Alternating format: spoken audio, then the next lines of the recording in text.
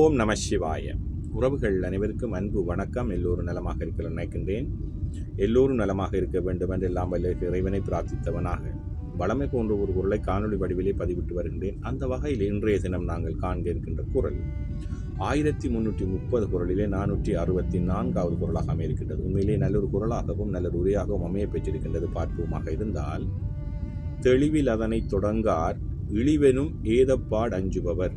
தெளிவில் அதனை தொடங்கார் இழிவெனும் ஏதப்பாடு அஞ்சுபவர் என்பதாக அமைந்திருக்கின்றது. இதற்கு அழகான 3 உரைகள் அமைய பெற்றிருக்கின்றது. அதில் நாங்கள் முதலாவது உரையை பார்ப்போமாக இருந்தால், இழிவு தருவதாகிய குற்றத்திற்கு அஞ்சுகின்றவர் இன்ன ஊதியம் பயிக்கும் எனும் தெளிவு இல்லாத செயலை தொடங்க மாட்டார்கள். நாங்கள் ஒரு காரியத்தை செய்கின்ற பொழுது எங்களுக்கு கெட்ட பெயர் வரும், அதனால் எங்களுடைய நட்பெயருக்கு களங்கம் விளைவிக்கும், ஏதோ ஒரு குற்றம் நடந்துவிடும் என்று பயப்படுகின்றவர்கள் ஒரு காரியத்தை செய்கின்றதால் இன்ன ஊதியம்தான் வரும் என்று தெரியாமல், தெளிவில்லாமல் அவ்வாறான காரியங்களை அவர்கள் செய்ய மாட்டார்கள் என்பதாகத்தான் முதலாவது உரை அழகாக சொல்லியிருக்கின்றது. இழிவு தருவதாகிய குற்றத்துக்கு அஞ்சுகின்றவர் இன்ன ஊதியம் பகிக்கும் எனும் தெளிவு இல்லாத செயலை தொடங்க மாட்டார்கள் என்பதாக அமைந்திருக்கின்றது. அதே போன்றுதான் கலைஞர் அவர்களும் தெளிவிதனை தொடங்கார் இழிவனும் ஏதப்பாடு அஞ்சுபவர் என்ற குரலுக்காக ஒரு உரையை தந்திருக்கின்றார்கள். அதை பார்ப்போமாக இருந்தால், களங்கத்துக்கு பயப்படக்கூடியவர்கள் தான் விளைவுகளை எண்ணி பார்த்து அந்த களங்கம் தரும் காரியத்தில் இறங்காமல் இருப்பார்கள் என்பதாக அமைந்திருக்கின்றது. குற்றத்துக்கு பயப்படுகின்றவர்கள் எங்களுடைய பேர் கெட்டுவிடும் என்று பயப்பட, நட்பெயருக்கு கலங்கம் விளைவிக்க வந்துவிடும் என்று பயப்படுகின்றவர்கள் ஒரு காரியத்தை செய்வதனால் அதனால் என்ன பின்விளைவு வரும் என்ற தெளிவில்லாமல் இருப்பார்களே, ஆனால் அவர்கள் அவ்வாறான காரியத்தில் இறங்க மாட்டார்கள், அதாவது அந்த காரியத்தை செய்ய மாட்டார்கள் என்பதாகத்தான் கலைஞருடைய உரையும் அமைந்திருக்கின்றது.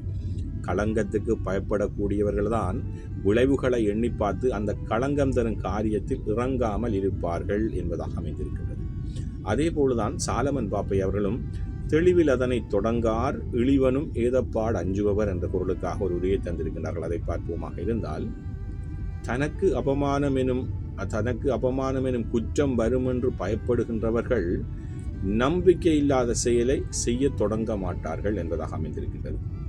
உண்மையிலே ஒரு காரியத்தை செய்கின்றதனால் எங்களுடைய நட்பெயருக்கு களங்கம் விளைவிக்கப்படும், அதாவது எங்களுடைய பேர் கெட்டுவிடும், அதனால் நாங்கள் ஒரு குற்றம் உழைத்தவர்களாக ஆகிவிடுவோம், நாங்கள் ஒரு குற்றவாளி ஆகிவிடுவோம், எங்களுடைய பேர் கெட்டுவிடும் என்று பயப்படுகின்றவர்கள் ஒரு காரியத்தை தெளிவில்லாமல் இருக்குமாக இருந்தால், அதனால் பின்விளைவு என்ன வரும் என்று தெரியாமல் இருக்குமாக இருந்தால் அவ்வாறான காரியத்தை அவர்கள் தொடங்க மாட்டார்கள், அவ்வாறான காரியத்தில் அவர்கள் ஈடுபட மாட்டார்கள் என்பதாகத்தான் சாலமன் பாப்பை என்ற உரையும் அமைந்திருக்கின்றது. உண்மையிலேயே தெளிவில் அதனை தொடங்கார் இழிவனும் ஏதப்பாடு அஞ்சுவோர் என்ற பொருளுக்கான 3 உரைகளும் அழகாக சொல்லியிருக்கின்றது. எந்த காரியத்தை தொடங்குவதாக இருந்தாலும் நாங்கள் அதனுடைய பின்விளைவுகளை, அதனுடைய லாப நட்டங்களை, அதனுடைய சகலதை நாங்கள் அறிந்த பிறகுதான் நாங்கள் அந்த காரியத்திலே இறங்க வேண்டும். இல்லை என்று சொன்னால் நாங்கள் ஒரு குற்றத்துக்கு பயப்படுகின்ற, அறம் சார்ந்த வாழ்க்கையை வாழுகின்ற நாங்கள், ஒழுக்கத்தோடு வாழ்கின்ற நாங்கள், எங்களுடைய பேர் கெட்டுவிடும், நாங்கள் குற்றமுடைத்தவர்கள் ஆகிவிடுவோம் என்று பயப்படுவோமாக இருந்தால் நாங்கள் அவ்வாறான காரியங்களில் இறங்கக்கூடாது.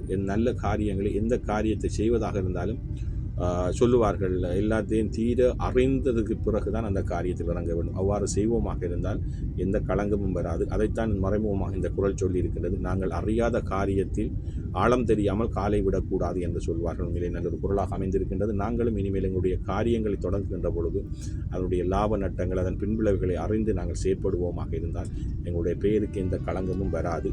நல்லொரு குரலாக அமைந்திருக்கின்றது. தெளிவில் அதனை தொடங்கார் இழிவெனும் ஏதப்பாடு அஞ்சுபவர். ஓம் நம சிவாய. நன்றி, வணக்கம். அடுத்த குரலை சந்திக்கலாம்.